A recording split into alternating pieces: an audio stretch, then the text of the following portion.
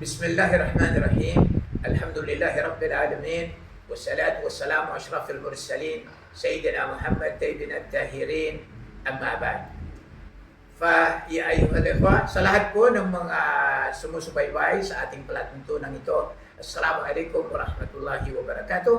Ang kapayapaan ay sumasa inyo at ang biyaya ng Allah subhanahu wa ta'ala.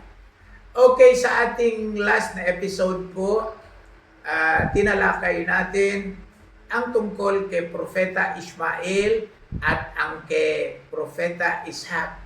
I hope yung mga kapatid natin, balikan nila yung mga episode na hindi nila napanood para sa sequence ng lectures natin, makukuha nyo talaga ang buod, ang buong katotohanan na ating pinapaliwanag.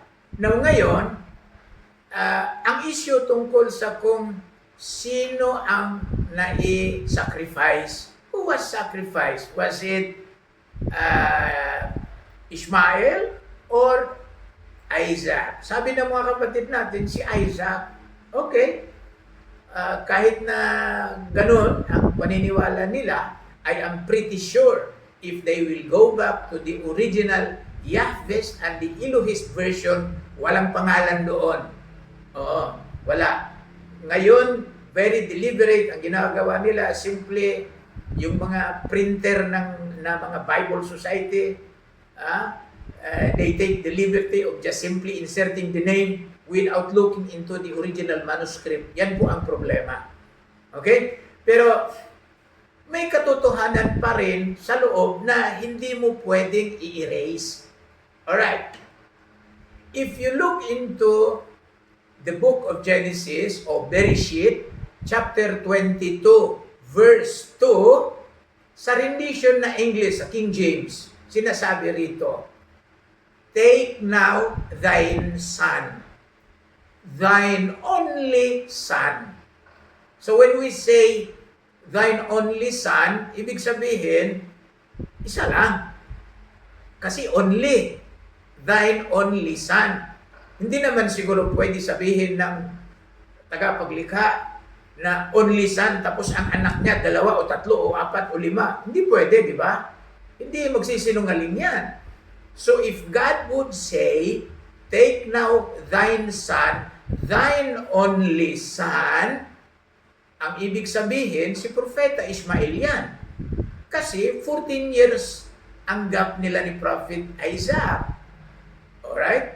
Inutusan ng Panginoon, ang Allah subhanahu wa ta'ala, si Propeta Abraham, na isacrifice, gawing nusok ang kanyang anak na si Propeta Ismael. Pag sinabi niya, "Take now thine son, thine only son," yan. Wala pang pangalawang anak. Hindi pa ipinanganak si Propeta Ishaq sa panahon na yan. Okay? Chapter 22 of the book of Genesis. Bereshit, chapter 22, verse 2. Alright. Anong implication nito?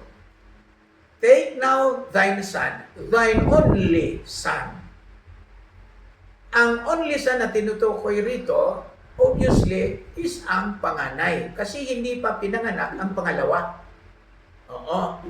Ito rin ang katotohanan na si Propeta Ismael, being the firstborn son, siya rin ang pinakaunang bata na na-circumcise. Binasa na po natin ang mga talata, no? Na kung saan si Propeta Ibrahim at Ismael, they were circumcised in the same day. And you can read that in the book of Genesis. Okay? Chapter 17. So dahil siya ang pinakaunang bata na na-circumcise, sealed na ang covenant. When God said, "Take now thine son, thine only son," referring to Prophet Ishmael. Okay, maraming argumento tungkol dito. Pero we look at the fulfillment of the prophecy. Sa kay Propeta Ishmael, ang lahat ng mga Arabo, they descended from this lineage. Kay Propeta Ishmael. Now, look at the fulfillment of the prophecy. Now, I will make him exceedingly fruitful. I will make him a great nation. Alright? Kay Propeta Abraham, your descendants will be as the dust, the stars of the heaven, like the dust of the seas. They cannot be counted. Makita natin ang Muslim ngayon, more than 2 billion, 2.2 billion buong mundo. Alright? Hindi na natin mabilang yung iba. Okay? 59 countries, maging 65 na. Ngayon, October, maging 65 countries na yan, di ba? O, anong mga bansa? Look at the Middle East. Kasi dyan ang promise, I will give this land to you from the Wadi of Egypt to the Euphrates River. Anong mga bansa ito? Egypt, sa Wadi ng Egypt. Egypt, Muslim country. O, Euphrates River, Iraq, Muslim country rin. Mga Arabo yan. In between, we have Kuwait, Bahrain, Qatar, Emirat, Yemen, Oman, Saudi Arabia, and Lebanon, Syria, Jordan, Palestine. So yan. These are the Arab countries, descendant of Prophet Ismail and Hazrat Hajar, the stone, the Hajar, the mother of Prophet Ismail. Okay? So that is a fulfillment of the prophecy. Walang argumento na pwedeng ipasok dyan. In fact, ang mga Arabo right now is already 22 countries. Kasi nag-expand siya hanggang North Africa. Now we have Egypt, we have Libya, we have Tunisia, we have Morocco, we have Algeria, we have Sudan, we have Chad, we have all of these African countries. Puro mga Arabo yan. O, hindi lang ang boundary is ang Wadi or ang Nile ng Egypt. Nag-spread pa siya hanggang North Africa, hanggang Central Africa. And there was a time, pumasok pa siya sa Spain, sa Europe. And then, ang mga Arabs and Islam was in Europe for the last 8 centuries. Okay? Almost 800 years na ang mga Arabo doon sa Espanya. So that is a fulfillment of the prophecy. Your name shall be great unto the ends of the earth. Whose name? Prophet Ibrahim. Abraham. So if you look at the geographical location of the Muslims, beginning from the Middle East, you look at the countries, papuntang Asia, from Iraq, you have Iran, you have Turkey, you have Kurdistan, you have Albania, you have Kazakhstan, Tajikistan, Dagestan, Uzbekistan, Turkmenistan, Azerbaijan, puro mga Muslim yan eh. Pakistan, Afghanistan, Kashmir, part of India, Bangladesh, nag-spread pa papuntang Malaysia and Indonesia and Brunei. Eh, pumasok pa sa atin sa Mindanao, ang BARM. Muslim domain yan eh. Nag-spread out siya unto the ends of the earth. That is a fulfillment, literal fulfillment of the prophecy. Alright? Ano pa ang promise dyan? Hindi lang, I will give this land to you. From the Wadi of Egypt to the Euphrates River. Hindi lang yan. Out of thy land will come out milk and honey. We will take that up also in the few episodes away. Kasi we will be talking of the petrodollar pagdating ng panahon. Alright, so ang fulfillment ng prophecy na yan, na your name shall be great unto the ends of the earth, lahat ng Muslim sa buong mundo, every time we pray, every time we address in our second khutbah, we make a salawat.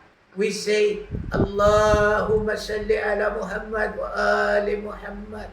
Oh, sinasabi natin yan. So kay Prophet Muhammad, wa ala ali Ibrahim, wa ala Ibrahim. Allahumma salli ala Ibrahim wa ala ali Ibrahim. Why do we mention the name of Ibrahim in our khutbah, in our salah, in our dua? Because that is a promise that we include him in our salawat.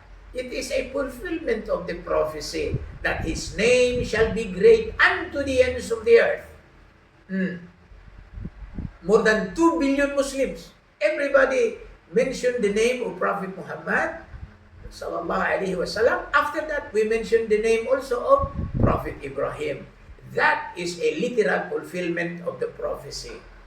Okay? So, kung sino ang firstborn son, si Prophet Ismail. The promise was fulfilled to him and to his descendants. Maliwanag po yan. Take now thy son, thine only son, that was Prophet Ismail. He is the one being sacrificed.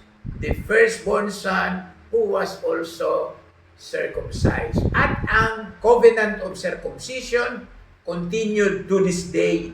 Lahat ng Muslim sa buong mundo, nagpapacircumcise yan. Maliit pa na bata, sinicircumcise na. That is a literal fulfillment of the prophecy. We'll be taking up an issue sa next episode natin tungkol sa New Jerusalem and its implication, the new Qibla. And if you like this video, please subscribe, share, and like.